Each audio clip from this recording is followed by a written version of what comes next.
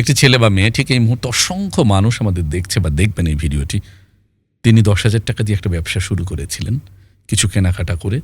তারপর 3 মাস পরে দেখলো যে ব্যবসায় কোনো লাভ নেই এবং হাতে যা পুঁজি ছিল সেটাও খেয়ে টেয়ে এখন আছে 650 টাকা। 10,000 টাকা দিয়ে শুরু করেছিলেন। এই মুহূর্তে ভাবছে ব্যবসা পৃথিবীর সবচেয়ে খারাপ কাজ, এর চেয়ে ঝুঁকিপূর্ণ কোনো কাজ নেই এবং পৃথিবীতে যারা ব্যবসা করে তারা অন্যায় অবৈধভাবে চুরি চুট্টামি করে।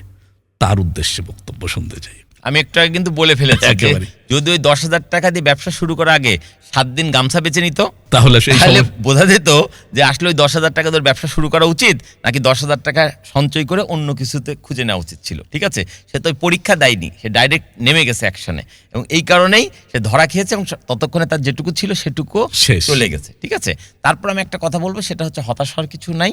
আপনি বরং ব্যবসার অভিজ্ঞতা কিন্তু করতে করতেই অভিজ্ঞতা সঞ্চয় করতে হয়, অভিজ্ঞতা কিনতে পাওয়া যায় না, ব্যর্থতা হারা যাবে না। আমি আজকে 10,000 টাকা থেকে সেটা কমে 650 টাকা হয়ে গেছে।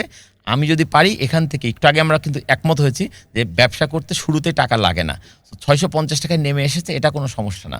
সমস্যা হচ্ছে তখনই যে আপনি যখন হতাশে হাল ছেড়ে দিচ্ছেন। ঠিক আছে, দড়ি টানাটানি খেলায় 2 দল দড়ি টানে, এক দল জেতে। কোন দল জেতে জানেন?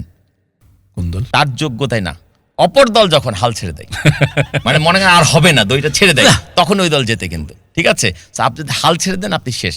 আর আপনি যদি মনে করেন যে 10,000 টাকাকে বেড়ে 10 লাখ টাকা হওয়ার কথা, সেটা কমে হয়ে গেল 650 টাকা, এখান থেকে আমি আবার আমার পুনর্যাত্রা শুরু করব, তাহলে হয়তোবা সে সত্যি সেই 10 লাখ টাকা 20 লাখ টাকার মালিক হতে পারবে।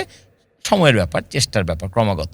সবসময় একটা কথা, 2টা জিনিস ব্যবসার জন্য খুব গুরুত্বপূর্ণ, সেটা হচ্ছে কমিটমেন্ট ঠিক রাখা।